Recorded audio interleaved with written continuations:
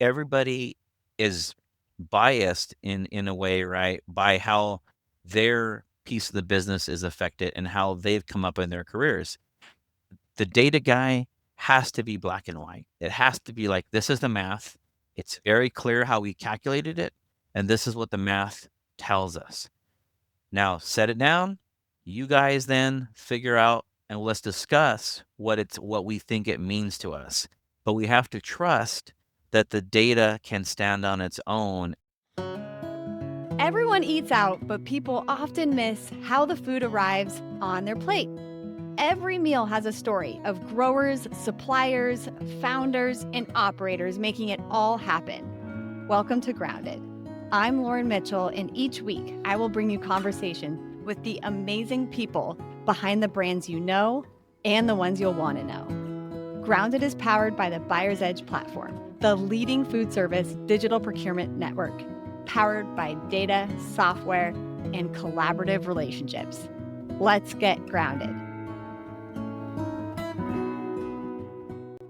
Today's guest is a dynamic business leader, culture builder, and restaurant executive with nearly 2 decades of experience in finance, strategy, and organizational leadership.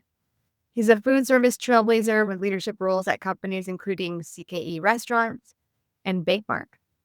At CKE, he led strategic planning for the company's 5-year roadmap, and at Bakemark, served as a finance lead for a $1 billion U.S. and Canadian bakery manufacturer. President and Chief Operating Officer today with Farmer Boys, Joseph Ortiz. Welcome to the show. Good morning, Lauren. Thank you for having me. I'm so excited to talk to you. Listeners, you have someone who's hitting a podcast episode and then heading off to raging waters with his kids on the last day of summer.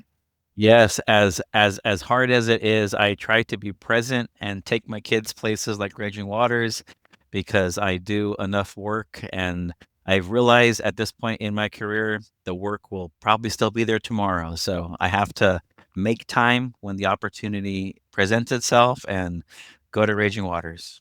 Oh my goodness.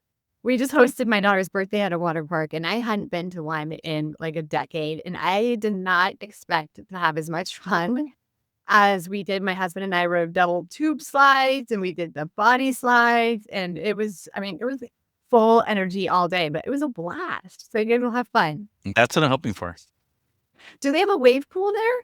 I believe they have everything you can imagine. I think they have wave pools, they have all the crazy slides, all the, lazy rivers. My son's 9, my daughter is 3. She tends to be the daredevil of the two. He doesn't like heights all that much, so I don't know how much he'll have an appetite for going on the bigger slides, but the little one tends to look at the biggest, scariest thing and says, "Let's go on that one." And I don't like heights that much either, so we'll see how it all plays out today. Oh, awesome. Awesome. Well, super excited to talk about Farmer Boys today. Growing brand, family first, family run business, founder still involved, as I understand.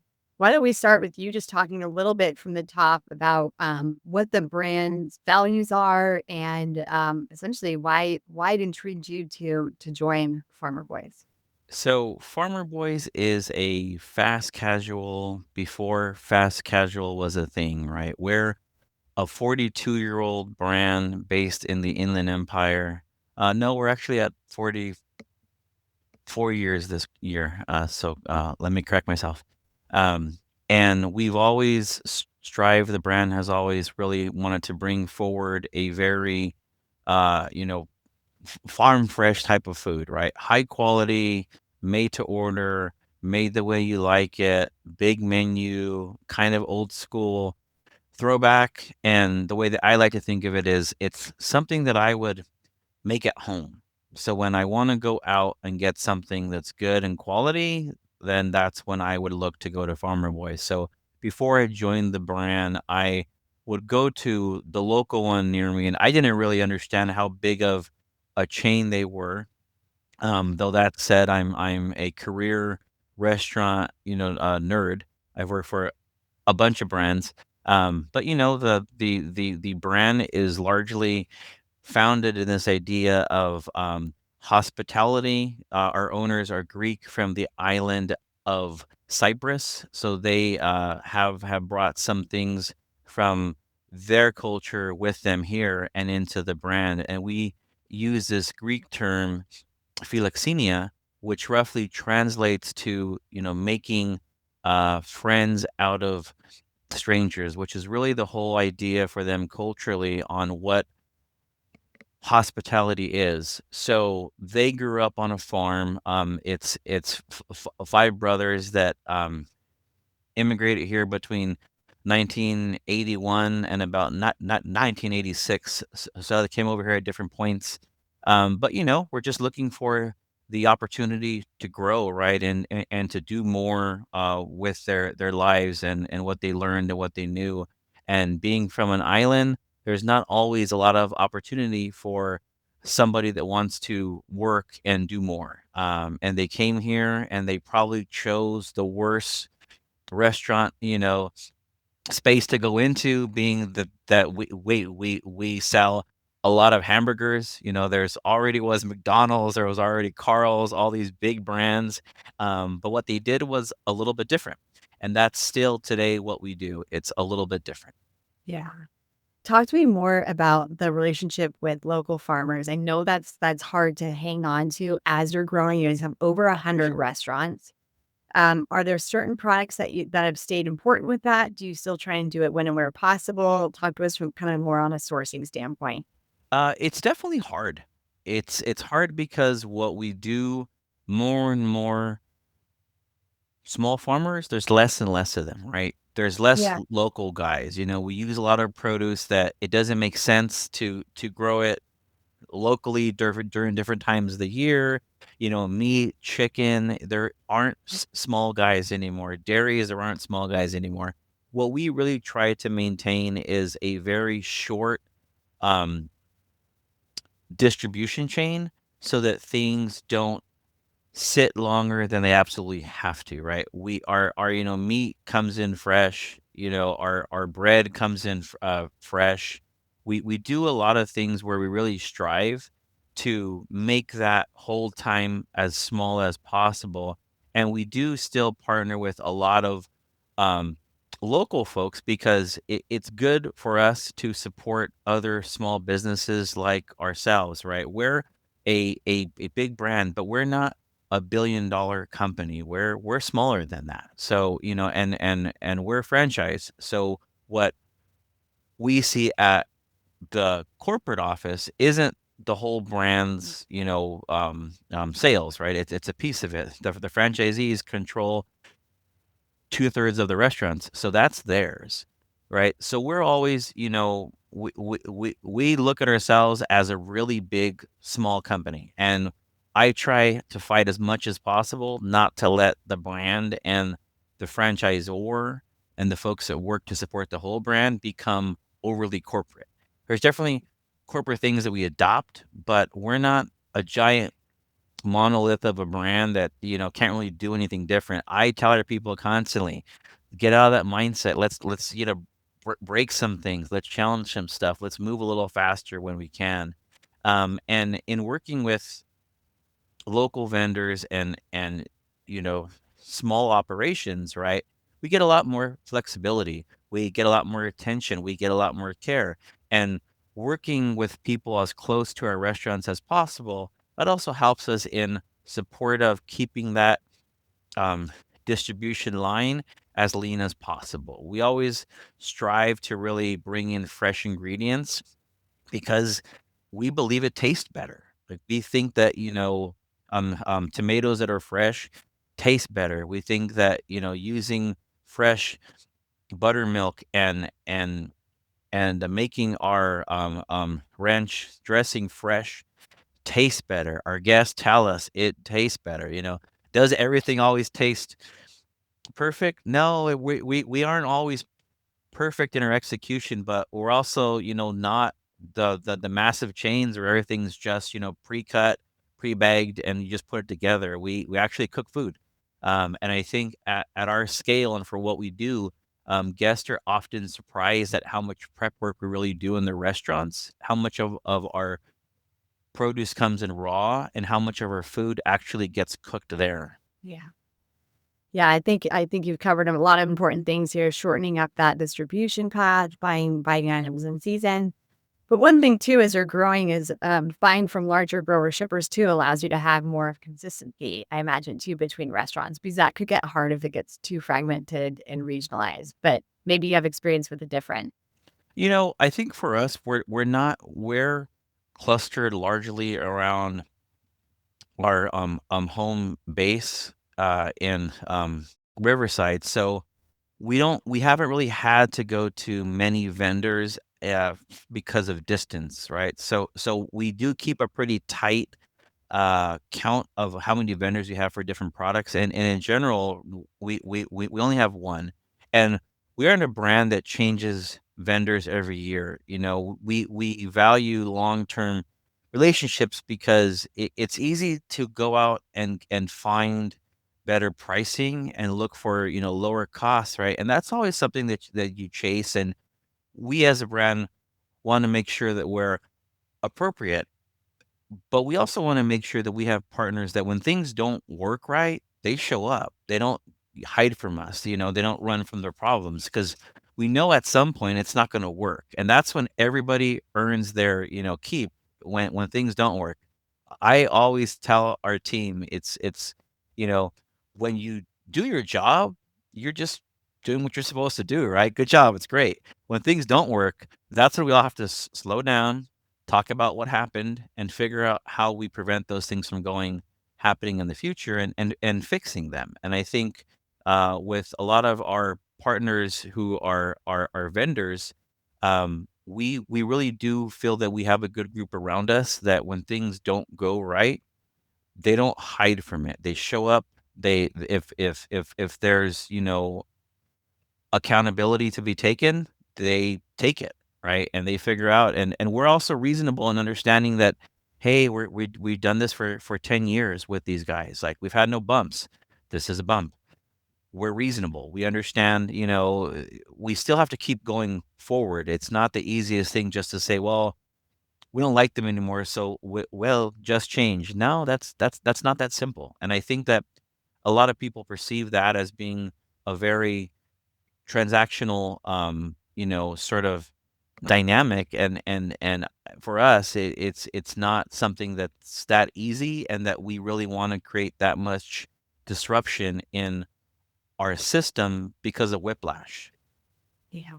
Yeah, supplier partners can play, if they're good, a key role in a concept's growth just because of that consistency, that partnership, like you said, and going through market gaps and periods and just leaning on them.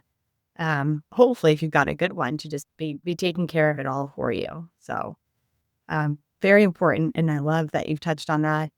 We'll come back to Farmer Boys in a minute, but I am curious about your experience at CKE or Carl's Jr. Such a different brand in comparison in terms of just going from strong regional to large national and international. What were some of the tasks that you performed there? I believe it was more operational planning and perhaps what has that informed as you've joined Farmer Boys? Uh, my time at CKE, I look back at it very fondly. It's a place where, I was in the industry. I had worked at Panda Express and then at Taco Bell, and I was in finance operations. I started out in ops, and I quickly learned that I was much better with numbers than my peers were, and not like close. Like, it was dramatically different. Like, I just I understood the numbers much more and kind of could figure out how to translate the numbers to ops and operations back to the numbers guys. So I ended up in this sort of uh, buffer between the two, like the IT people to ops, how do they talk to each other? The accountants to ops, how do they talk to each other? And I was always the person that was brought in to sort of help translate the two.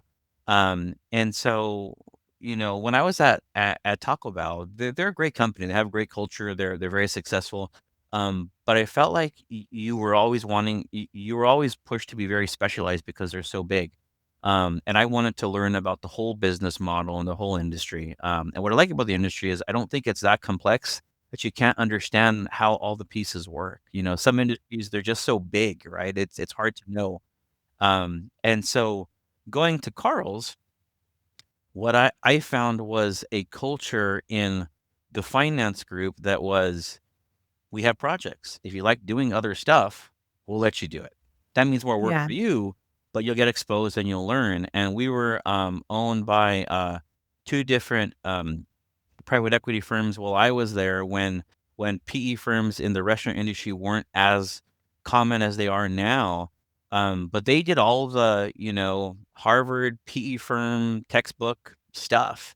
And I found myself, being more junior than my peers and more early on in my career, more wanting to do those projects. So my learning curve was greatly accelerated in CKE.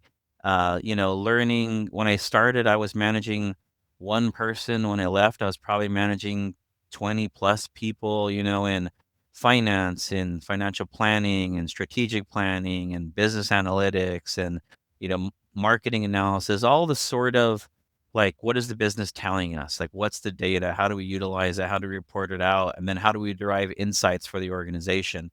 When they moved from Anaheim to Nashville, I opted not to make the move because at the time my son was about a year old, and my in-laws live a mile from us, and my parents live a mile the other way. So personally, it didn't make a lot of sense. Um, but, I got to do franchise, I got to do company ops, I got to do, international. We did a lot of, selling of assets, acquisitions, franchise deals, debt structure stuff, securitizations, IPO process. I just got exposed to a lot of things real fast. And I got to learn a lot more about how do you think about sort of uncommon questions you have to answer. And I think in coming to Farmer Boys, a couple years later, when they were interviewing for my position, so I came in as the vice president of accounting and um, finance, and I was also leading technology as well. I'm not an accountant. I'm a finance person, but I'm not like a banker either, which is common in the space. I'm sort of a corporate finance, ops finance, restaurant guy. Like, I just get this, piece of the world that it all kind of comes together. And so for me, it was really just they saw in me somebody that could appreciate the operations of the business, but also drive discipline and evolve what they were doing. And that's where, coming in that role, I was much, probably less of what they've had before, which is more accounting people, and more of like a chief administrative officer type position, because I sort of was managing the office, like all the sort of support pieces of the business. And then 2 years into the role, my predecessor left the organization, and the owners asked me if I was interested in the role of president and COO. And I hadn't really thought about it, to be honest. I figured I would get to roles like that in a couple of years in my career. I thought it was sooner than I was expecting. But they said, you have an interesting way of thinking about the business, and you really care about what we've built here, and we like the fact that you care about what we built versus just trying to tell us to change it all. You have things you want to change to evolve, but you don't come in with a preset perspective on what we're doing. You're open to listening and helping with us think about this brand and this business. So that was kind of how I've gotten to where I'm at now. People now ask me, or peers that I came up with who are still in the finance role will ask me, how different is it from what you were doing? And I tell them I honestly struggle to describe how different it is, because it's not ops, it's not finance, it's not HR, it's not marketing, it's everything, right? And it's typically, I have very smart people that are very good and very strong, who manage those functions for the organization, and they only come to me when it's something that they're challenged with thinking about, right? So I, just really try to slow them down and make sure that we're thinking about not just what that piece is, but how it interacts with the whole organization. And then really saying, so what's the tough question that we have to answer? Because a lot of times there is a tough question that everybody wants to kind of wince around and not really go and talk about it, but I gotta go talk about it because I know what we're doing, and we have to go to that piece, and we have to go have that conversation, and it's going to probably be uncomfortable a bit.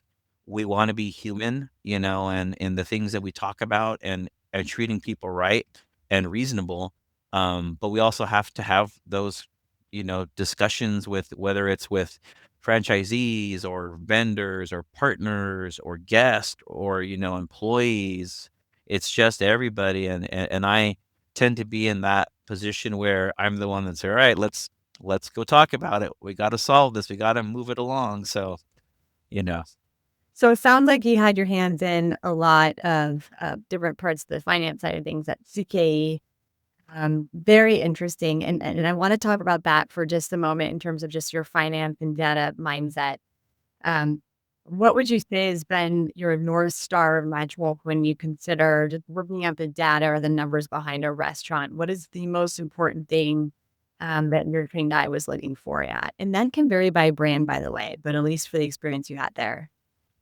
CKE had a very good way of thinking about data and making sure it was reliable, relevant, and timely, right? It's less about what the metric is and more about the data, and the analysis needs to stand on its own. Indifferent to how people interpret it and use it, you have to trust the data. And if you can't trust the data, it makes it very hard to utilize data if nobody trusts it, right? And it used to drive me crazy because I can do a, 200-page deck of data. But if the first, 10 pages has one thing wrong, everyone says, "Oh, it's wrong, throw it out. We gotta go." And it's like, "Oh man, it's rough, right?" It is what it is. And for me, when I bring in people in analytical roles who I know that I'm going to be relying on their data, I tell them, "Hey, the only thing I ask is that your data stands on its own." All of us, we're all gonna wanna spin it. We're all gonna wanna interpret it the way we want to. We're all gonna see what we see based on our, you know, influences and what we have going on, right? I'm gonna look at things like, how does this get us sued? Is it, being skewed by somebody? Is this, marketing has their way to skew people? Well, data. Ops has their way to skew data. Food safety wants it's everybody has, and it's not skewing, it's everybody is biased in a way, right? By how their piece of the business is affected and how they've come up in their careers. The data guy has to be black and white. It has to be like, this is the math. It's very clear how we calculated it, and this is what the math tells us. Now, set it down. You guys then figure out and let's discuss what we think it means to us. But we have to trust that the data can stand on its own, and I can't have anybody questioning the quality, the truthfulness, the accuracy, the timeliness of the data. Like, we have to say, "Hey, this is this data set, how we pulled it, when we pulled it, what's the, if there's a subset, why, if there's a test group and a control group." Like, make sure that we've done all that and that's all good and that's never questioned. Because then we can say, "Okay, now let's look at what the data says." And then we can have discussions and we can figure out what we do, right? We don't make decisions based purely on data. It's a piece that helps us triangulate the conversation, and that's really what I learned at CKE, right? I believe we had an amazing team under our in finance. Our CFO, I would tell people he walked softly, but he carried a 2 by 4, and it was like, "Hey, if we're gonna do this and I'm gonna make a decision based on your numbers, you better make sure the numbers are right." And we all knew, like, you gotta hustle and make sure that no one's gonna poke holes in this thing because that's what people are going to do if the numbers tell them something that they don't in their hearts believe to be true or is counter to what their objective is. Absolutely. Very interesting. I love your take on data. It's got to stand on its own. Very thoughtful. Thank you very much for sharing that. Head back to Farmer Boy. Why don't you just break down current states? I know it's like you touched on franchisee driven for the growth side of it. And you've got some corporate locations, I imagine, too. But what is the focus for the brand in the next year or two or five as you guys look to grow, perhaps into some new territories? In the next year, it's really opening the restaurants we have in our pipeline right now. So we have about, I want to say about 16 units that are probably open in the next 18 months or so. So for us, that's a lot of growth. I think the last 10 years we've maybe opened one or two a year. We sort of lost focus on franchising and now we re-engaged it. So we have a lot that got stuck during COVID as things slowed down and it kind of went through. But now the last 2 years they've started to come out of the pipeline. So we're very focused on understanding what we need to do as a group to execute this so that all of the work we're doing and bringing in new potential franchisees and new markets, we really fine tune the process so we get smoother at opening these things and it gets easier for us as an organization. We're also doing, I would say, a lot of catch up on things like technology. So, pre-COVID, we didn't do third-party delivery, we didn't have app ordering, we didn't have first-party delivery.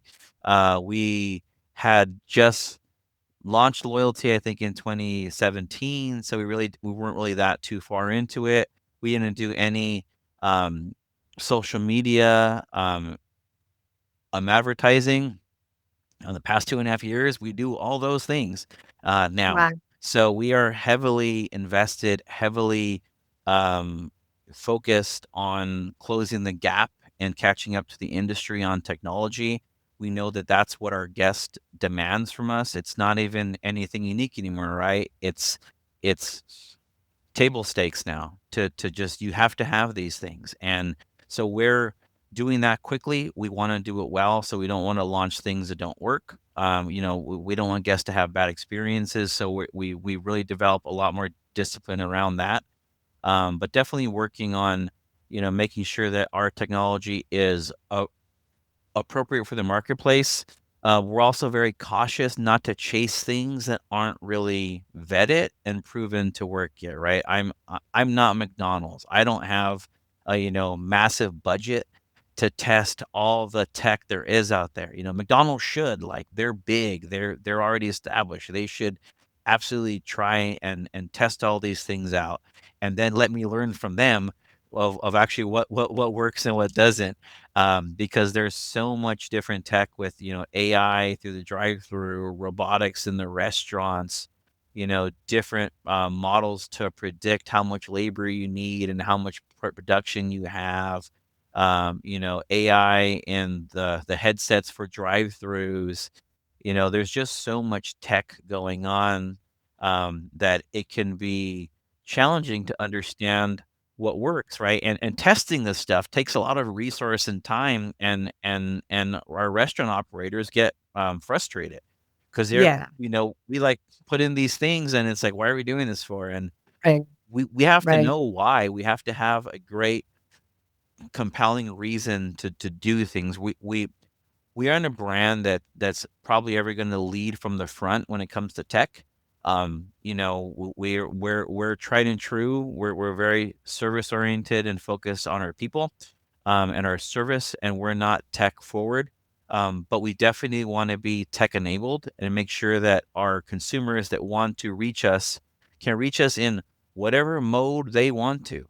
I don't wanna tell them you either drive to pick it up or you come and you sit inside. No, if you wanna order on an app at home and never come in one of my restaurants or our restaurants, I'm good with that. Like, how do you want to experience us? That's what I want to unlock with tech. Yeah, I think you even answered my next question with you mentioned McDonald's and Carl's before. Very competitive, fast casual landscape, fast food landscape out there. You guys are very unique with that scratch kitchen, the big tall salads, fantastic breakfast menu. So how to stay up to speed with the innovation side of things, and where is your niche with that? Where is the lane that you guys want to run in, knowing that you want to expand sales and there's a market there for third party apps? Where how has Farmer Boys kind of made some of these decisions about where you guys see yourselves within that tech and innovation advancement? I think for us, in looking at where we play and what we're good at and where we differentiate is that we're, fresh, high quality, made to order, food that tastes great. We're also not gimmicky, right? Our guest likes value. They don't like us to do small. Like we've tested a lot of things. Some stuff works, but most of it, if it doesn't feel like Farmer Boys, our guest doesn't really come to us for those things, right? They come to us for something that's a little more decadent, bit more high quality.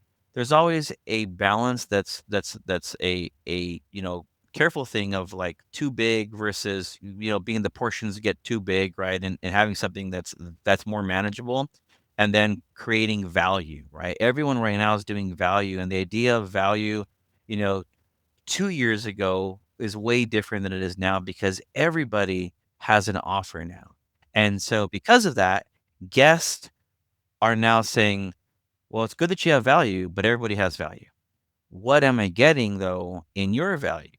And we believe our value is food that you want to eat. It's still high quality, it's still good. The portion size is a bit smaller, which guests enjoy because, we also hear a lot that our portions are too big, right? So, if you're a guy that, works in construction and is going to go eat a big meal and is tired of having the same thing every day, you want to come to Farmer Boys and have yourself a healthier salad. And our salad is a meal salad. It's not a little, salad that's a snack.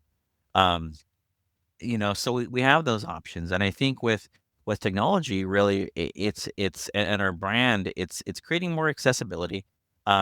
But it's not gimmicky. We're not like a fad. We're not doing anything that, in the next 2 years or 3 years is going to fade, all right? Our industry has a lot of new trends that start, and most of them over a couple of years fade out. Some sustain, right? There are brands that sustain, but it seems like, there's this is the new thing, and then there's 6 brands that do it, and then those brands consolidate, and maybe 1 or 2 are left, and those 1 or 2 aren't what they were before, right? So you have these sort of zombie, brands out there that were once a fad, and now they're just kind of there. They're not really doing anything, and consumers have lost interest in it. What we do, we don't have that newness factor that other brands get, and that's good to have, but we also don't have as much downside in that we're not a gimmick, we're tried and true kind of core, um American, fast casual type food. We sell burgers that are pretty straightforward. They're just high quality and taste real good. We sell salads that are pretty straightforward. They're just bigger and higher quality and taste real good. We have sandwiches, some other sides that are neat, and all of it's just big and tastes real good. And that's really what we focus on. Could we do more to be differentiated? Probably, but the fact that you can order, pancakes made to order, French toast made to order, a Cobb salad made to order, that's a meal through a drive-through, that already gives us a lot of differentiation because what we do is complicated. Most brands don't want to do what we do. I've come from brands where everything's optimized, and I always, question, do we need to have breakfast all day? But then we look at when we look at the business, and yeah, people come to us at night for breakfast through the drive-through, and Right. we can do it. So why not do it, right? It makes us who we are. You know where my mind's going right now? So you guys do these made to order delicious, healthy meals again, all, breakfast, lunch, and dinner from scratch. You're right there set in the beautiful agricultural landscape of California. Have you thought about taking that drive-through onto a food truck and essentially going to the farmers and even construction sites with your menu and assortment of items? I mean, I think that would be so cool. Our owners, they are entrepreneurs to the core. They've tried everything, and we can do a lot of different stuff, but what we do right now is really good, right? We have some restaurants that don't have, drive-throughs, and they're good. Do they have a lot of upside? Not much more than they do, right? We've done different we've done restaurants in malls. We've done, on-site cooking, on-site catering. We've done different things. We can do those things. There's a business for them, but are they better than what we're doing now? No, they're not. And so for us, right, we're already a pretty diversified menu. We're not the, most stringent on everything has to be exactly the same because what you make at home, it's not the same every time. And the produce could be different, the different times of the year. Like we want fresh quality produce. It's not like it has to be the exact spec and exact cut every single time. No, it's a tomato. We're gonna cut it. It gets cut through a machine, so it's generally, pretty consistent. But are they gonna be different times of the year? Yeah, because we use a different tomato. And it comes in a different way. And so for us, it's we can go a lot of different ways with the brand, right? And our owners wanna listen to them all. And, we can go to, different countries. People reach out to us, "Oh, do you wanna guys wanna, go to Korea?" And our owner's like, "Yeah, let's go to Korea." No, hold on, guys, like, there's a lot to do here. Like, I don't have, endless resources to chase everything. Um, so yeah, we've tried a lot of different things. We've contemplated that model as maybe a way to test into new markets that we're not at, to sort Oh, of yeah. understand the reception. But that's definitely something that we've done in sort of pockets in the past, and something that we know we can attempt to do, in the future, but we're also not food truck operators, and we also respect the fact that that's not a simple business either, and, Yeah. like, a lot of businesses once they're easy, then everybody does them, right? So, there's just tons of different things that we could do, and I think that what we do pretty good, and it's good for us to focus on where we are, and then if there's, things that parallel what we're doing that makes sense, that's when we begin to look at different ways that we can utilize other models in pursuit of our primary growth. 100%. How about, risks? What are the biggest risks that you're tracking today? And just given that mind that you have, that eye for numbers, and again, we go back to that making connections. It's all a puzzle. You understand how the pieces fit together. What are the biggest risks you're tracking today that perhaps others could be overlooking? Um I don't think we're tracking anything that's really all that original. I think our problems and most brands, their challenge is sort of the same based on the age of the brand, right? And what stage they are in their evolution. We're still in the growth stage, so I think for us, it's still optimizing what we do and making sure that we're sort of set in all of our core assets that we have and making sure that they're appropriate, they're tied together, and we're consistent, in the different characteristics we want the brand to have across all of our assets and making sure that that's tight, right? I tell our folks, when you go to Disney, right, you know Mickey Mouse wants you to see whatever it is you're seeing, whether it's a park, whether it's a cruise, whether it's a product, whether it's a show, whether it's, food. It all feels like Disney. It's all cohesive. It doesn't not feel like Disney.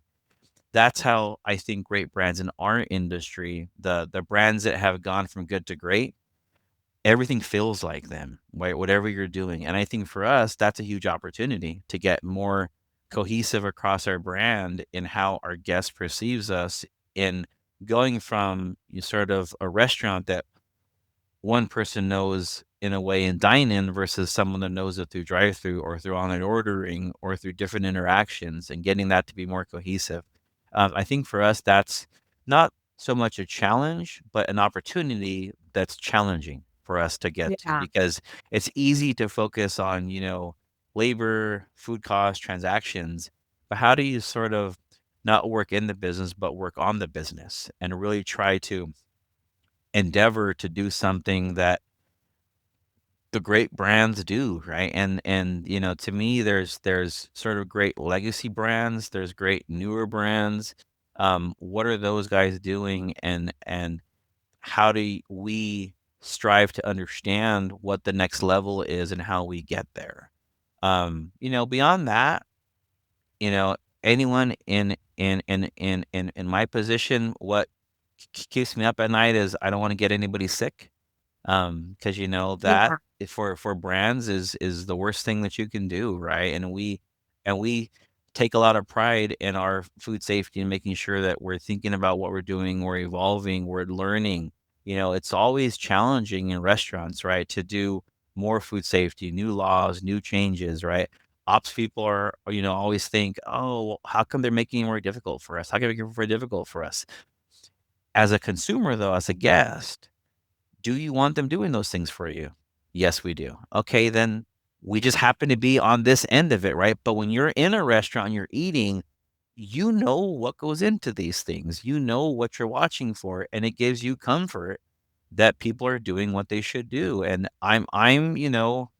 anyone in this industry is ruined going to any restaurant because you look at it as someone analyzing, what are they doing? Why are they doing that? What's this promotion? Look at this new tech they have. What's the bathroom like? Look at the guy in the kitchen. What's he doing? Right? How do they prep this? What are they cutting? What are they throwing away? That's my experience in every restaurant I go into. I just kind of look at what are they doing? Like, how are they doing it? What do you notice first when you walk into a restaurant? Um, when I walk in the restaurant, I notice the people first. Like, do the people seem happy being there? Like, do they look like they want to be there, or do they look like they have to be there?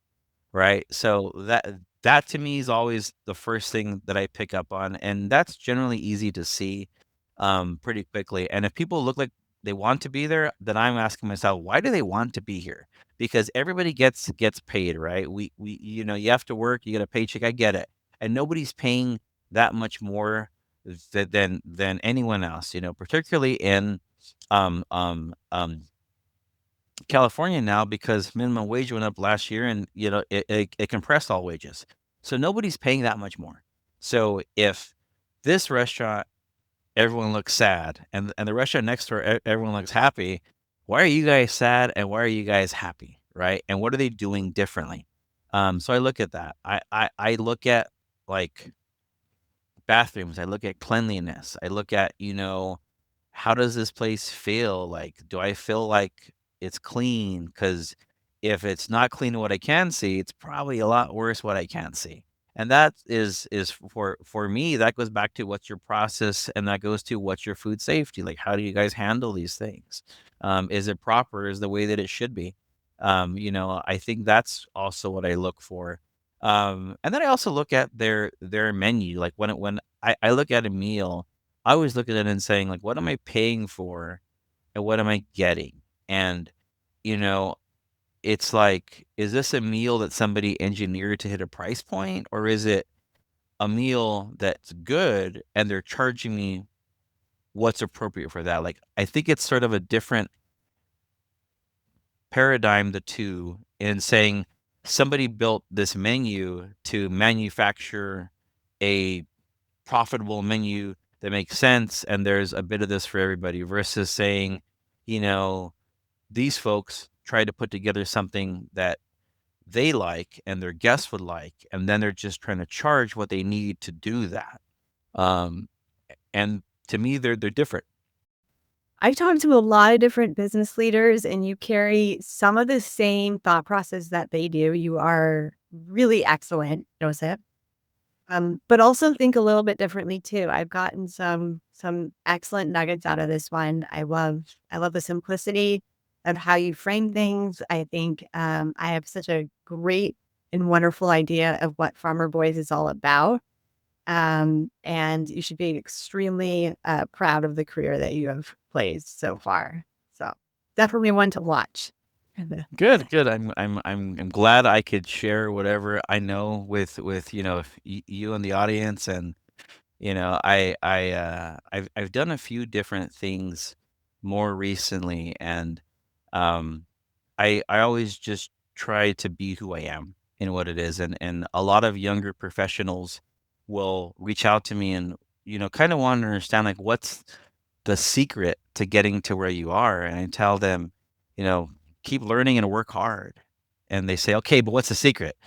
Keep learning and work hard. Like that's it. Like if you just work hard and you keep learning, people eventually start to ask you, "What did you do and what do you know?" Right? And it's like any industry. It's a widget. Everyone has widgets. Mine just happens to be restaurants. Like it could be, you know, making headphones. It could be, managing mortgages. Whatever it is, the people that grow and learn or grow into bigger roles typically just been focusing on it and have learned more and really pushed themselves to keep doing that the whole time.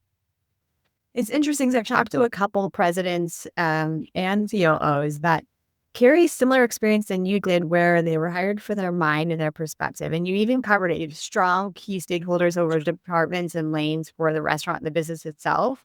But they ask, you're kind of a point of escalation, and because you can really slow the process down, understand how things work.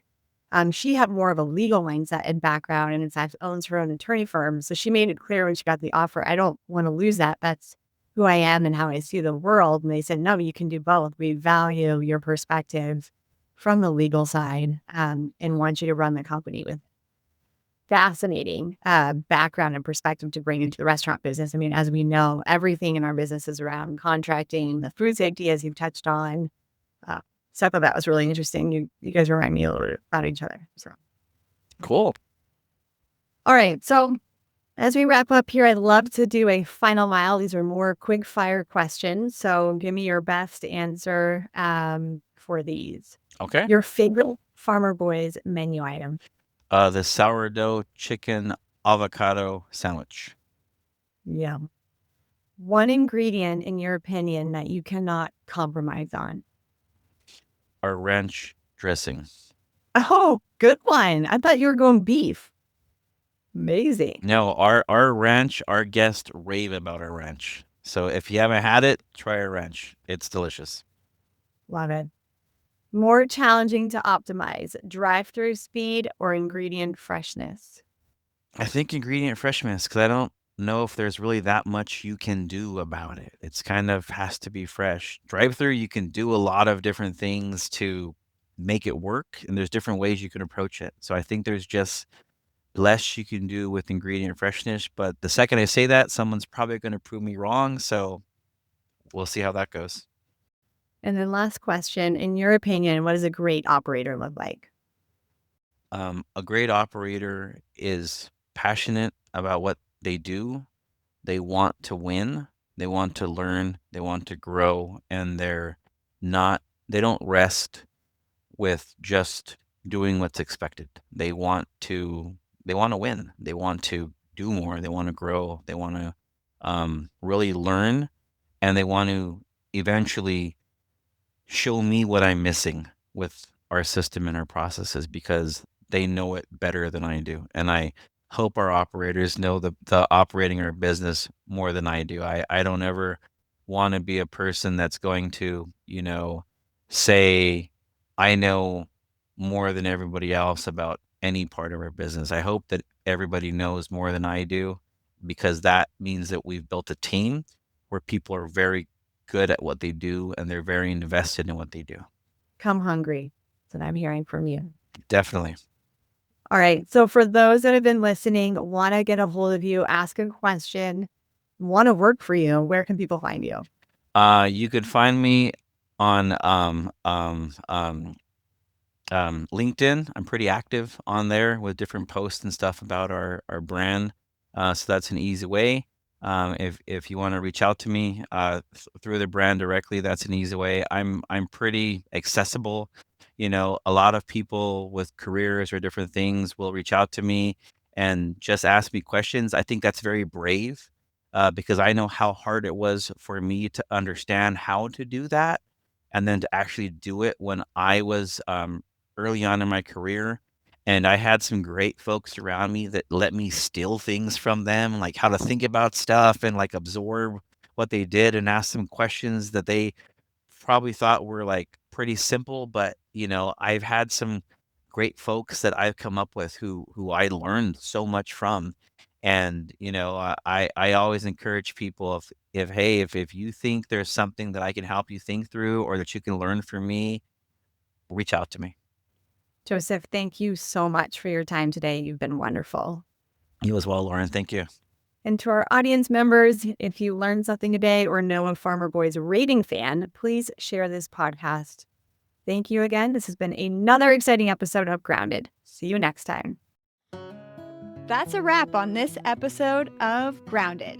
We've covered a lot of ground as we explored what it really takes to run food service behind the scenes. For show notes, highlights, and our latest market insights, visit us at groundedonthepod.com. Grounded is powered by the Buyer's Edge platform, delivering smarter solutions, greater efficiency, and real savings through connected tech, powerful data, and industry expertise.